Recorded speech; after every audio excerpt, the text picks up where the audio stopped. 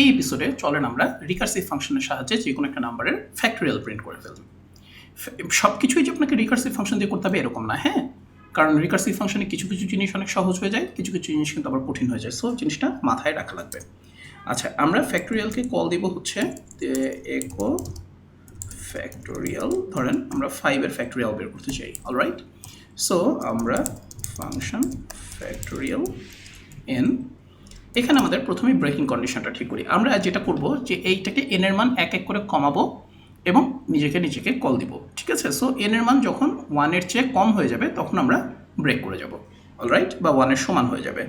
So if N smaller than equal to 1, তখন আমরা কি করব, যেহেতু আমরা মাল্টিপ্লাই করছি সো রিটার্ন 1। আচ্ছা, এবার কি করব, রিটার্ন এন ইন্টু, এখানে একটা ট্রিক্স আছে, ফ্যাক্টোরিয়াল এন মাইনাস 1, ঠিক আছে? এভাবে আমরা কল দিয়েছি। কেন এভাবে কল দিলাম? কারণ দেখেন এখন কি হবে, রিটার্ন প্রথম কলে হবে কি, জিনিসটা হবে 5 ইন্টু ফ্যাক্টোরিয়াল 4, ঠিক আছে? এইভাবে এখন কল যাচ্ছে, যেখানে যদি আপনি দেখেন 5 ইন্টু ফ্যাক্টোরিয়াল এন মাইনাস 1, তার মানে 5 মাইনাস 1 4। তো ফ্যাক্টোরিয়াল 4 মানে কি আবার?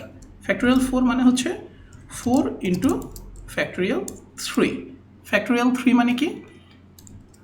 ফ্যাক্টোরিয়াল 3 মানে হচ্ছে 3 ইন্টু ফ্যাক্টোরিয়াল 2। ফ্যাক্টোরিয়াল 2 মানে কি? 2 ইন্টু ফ্যাক্টোরিয়াল 1। এখন এখানে যখন কন্ডিশনটা থেকে গেল যে এন ইকুয়াল টু 1-এর চেয়ে ছোটো অথবা ইকুয়াল টু 1, তাহলে কী হবে, ফ্যাক্টোরিয়াল 1 হচ্ছে 1, সরাসরি রিটার্ন হলো। এখানে কিন্তু আর রিকার্শনটা হলো না। সো আমরা অটোমেটিক্যালি ফ্যাক্টোরিয়ালের ভ্যালুটা পেয়ে গেলাম। এবার যদি আমি রান করি এটাকে, দেখেন 120। আমি যদি 6 দিই তাহলে 720। আমি যদি 3 দিই তাহলে 3 2 1, তার মানে হচ্ছে 6। ওকে, একদম সহজ।